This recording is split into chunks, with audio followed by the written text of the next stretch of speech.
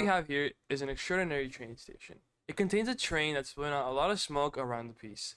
It's meant to be one of Paris's largest and busiest train terminals, to this day even. Claude Monet, the author of this piece, really outdid himself.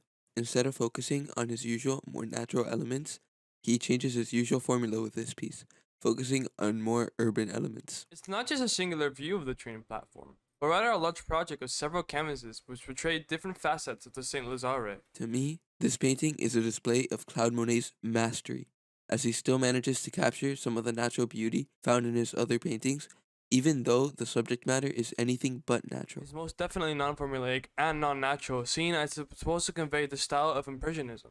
This style was very common in this post-Impressionist age, where the style had first sparked. This carries over to the meaning of the piece. I find it very interesting because it feels very symbolic of global changes at the time. First of all, it shows the evolution of all of this new technology and how it helps people by depicting a train station. It has this dreamy quality characteristic of Impressionist pieces due to the way it plays with light. You can see these dreamy blues of the sky and fog, the diffusion of light in the figures, and soft fluid lines that form as your eyes trace up the smoke. While we're on the topic, the smoke was a major controversial feature of the piece. A lot of people think that there's an excessive amount of smoke. They claim that it covers up the main ideas of the painting. That is a fair criticism. The smoke does take up a lot of space. However, many would argue that it adds to the fluidity and wonder of this piece and contributes to the interesting lighting of the piece.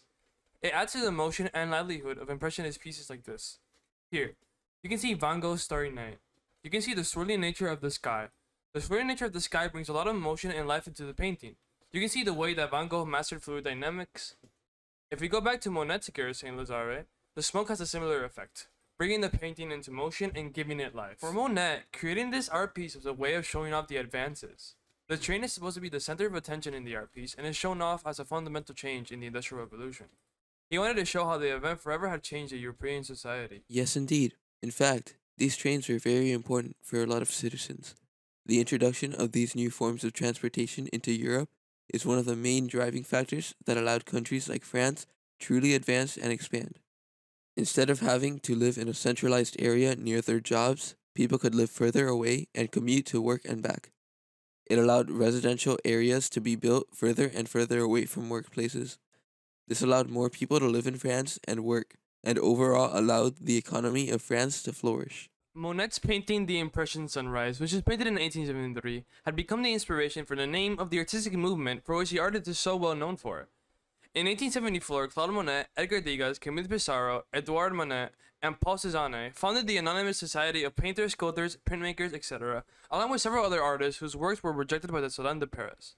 The group held an exhibition of their work that year in Paris. This show later became known as the First Impressionist Exhibition.